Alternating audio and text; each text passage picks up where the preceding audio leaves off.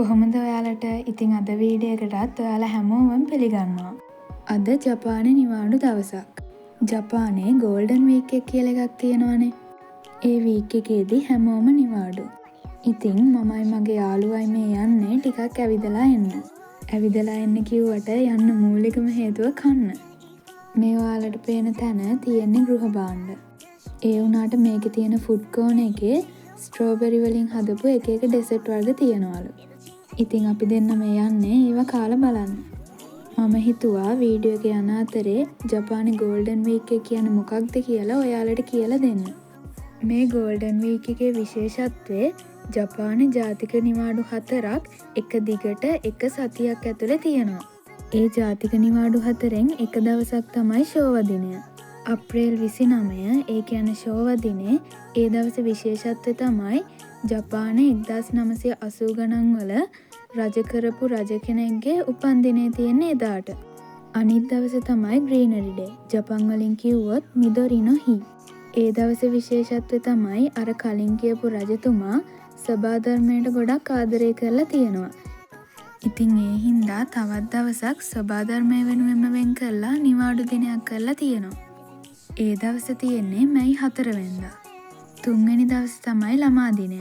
ලංකාවේ ළමා දිනය ඔක්තෝබර් 1 වෙනිදා සැමරුවාට ජපානයේ ළමා දිනය සමරන්නේ මැයි 5 වෙනිදා. මැයි 5 වෙනිදා ළමා දිනය තිබ්බට පිරිමි ළමයි විතරයි ඒ දවසට ළමා දිනය සමරන්නේ. ගැහැණු ළමයි සමරන්නේ මැයි 3 වෙනිදා. එහෙම දවස් දෙකකට සමරන්නේ ඇයි කියලා නම් මම දන්නේ නැහැ. 4 වෙනි දවසේ තමයි කෙන්පෝ කිනෙන්බි. ඒ දවසේ විශේෂත්වය නම් මට හොයාගන්න බැරි වුණා.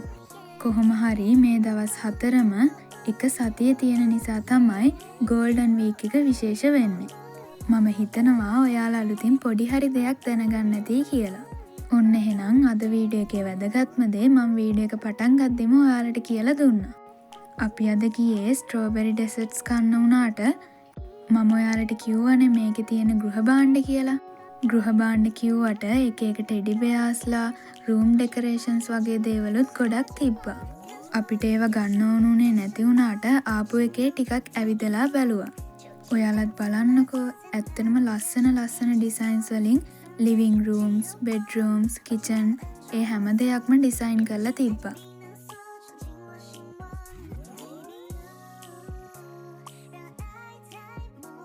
මට මේ වීඩියෝ එකේ මගේ යාළුවාගේ මූණ පෙන්වන්න වෙන්නේ නැහැ. මොකද ගොඩක් ජපන් අය කැමති නැහැ සමාජ මාධ්‍යවල යාළගේ ඇත්ත මූණ පෙන්වන්න.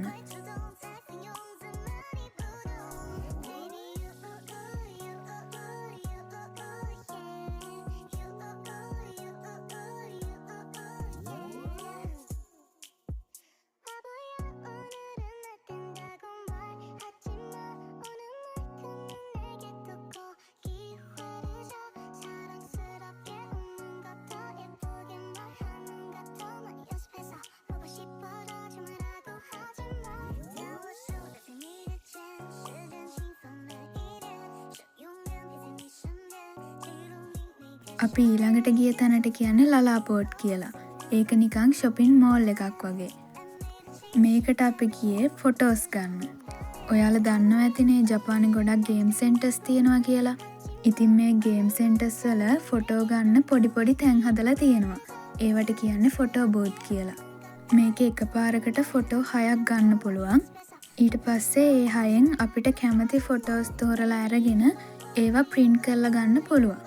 අපිට කැමති නම් ෆෝන් එකටත් ගන්න පුළුවන්. මගේ යාළුවා නම් QR කෝඩ් එක ස්කෑන් කරලා ෆෝන් එකටත් ෆොටෝ ටික ගෙන්න ගත්තා. මම ලංකාවෙත් ඉන්ටර්නෙට් එකේ වීඩියෝස් වලින් මේ ෆොටෝ බූත් ගැන දැකලා තිබ්බා. කොහොම හරි ජපානයට ආවට පස්සේ ෆොටෝ බූත් එකට ගිහිල්ලා ෆොටෝස් ගන්න පළවෙනි වතාව තමයි මේ. අපි ආසාවෙන් එතෙන්ට ගියාට ඒ වෙලාවේ කොහොමද පෝස් කරන්න කියලාත් හිතා ගන්න බැරි වුණා.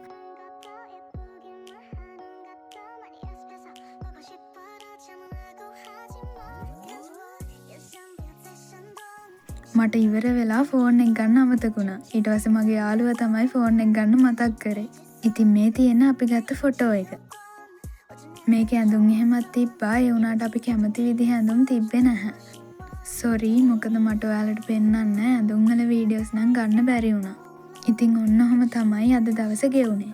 මම හිතනවා ඔයාලා මේ වීඩියෝ එකත් ආසාවෙන් බලන්න ඇති කියලා.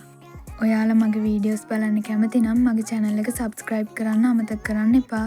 ඒ වගේම ඔයාලා ජපාන ගැන දැනගන්න කැමති දේවල් තියෙනවා නම් කමෙන්ට් එකක් දාන්න.